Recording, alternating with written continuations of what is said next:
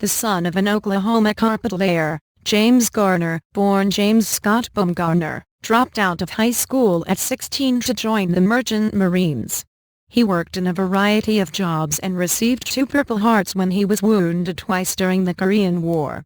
He had his first chance to act when a friend got him a non-speaking role in the Broadway stage play, The Caine Mutiny Court-Martial, 1954. Part of his work was to read lines to the lead actors, and he began to learn the craft of acting. This play led to small television roles, television commercials, and eventually a contract with Warner Brothers. Director David Butler saw something in Garner and gave him all the attention he needed when he appeared in The Girl He Left Behind, 1956.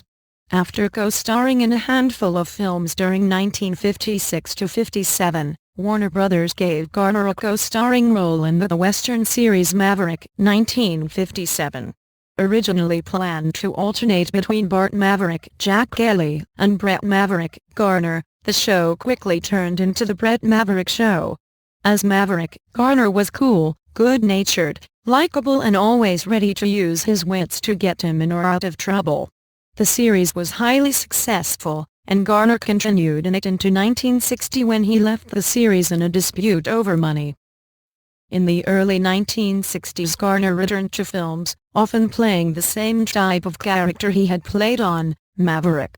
His successful films included Lux Cadinler, 1963, Sifnica, 1963, Buick Ferrar, 1963, and The Americanization of Emily, 1964.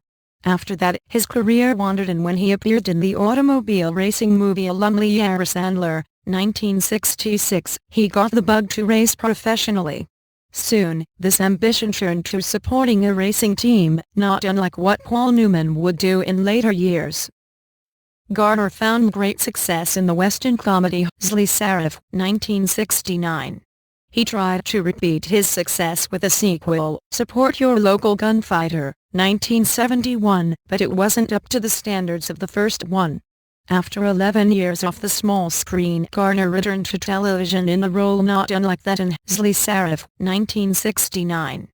The show was Nichols, 1971, and he played the sheriff who would try to solve all problems with his wits and without gunplay.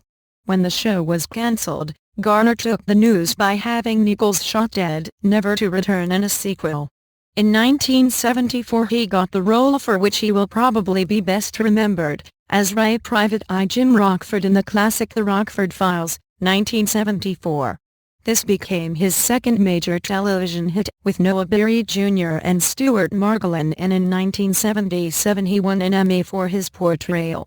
However, a combination of injuries and the discovery that Universal Pictures, creative bookkeeping, would not give him any of the huge profits the show generated soon soured him, and the show ended in 1980.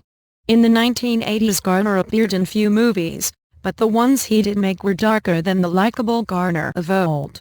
These included Tank, Is El Commando, 1984, and Murphy's Romance, 1985. For the latter, he was nominated for both the Academy Award and a Golden Globe. Returning to the Western mode, he co-starred with the young Bruce Willis in Sunset, 1988, a mythical story of Wyatt Earp, Tom Mix in 1920s Hollywood. In the 1990s Garner received rave reviews for his role in the acclaimed television movie about corporate greed, Barbarians at the Gate, 1993. After that he appeared in the theatrical remake of his old television series Maverick, 1994, opposite Mel Gibson.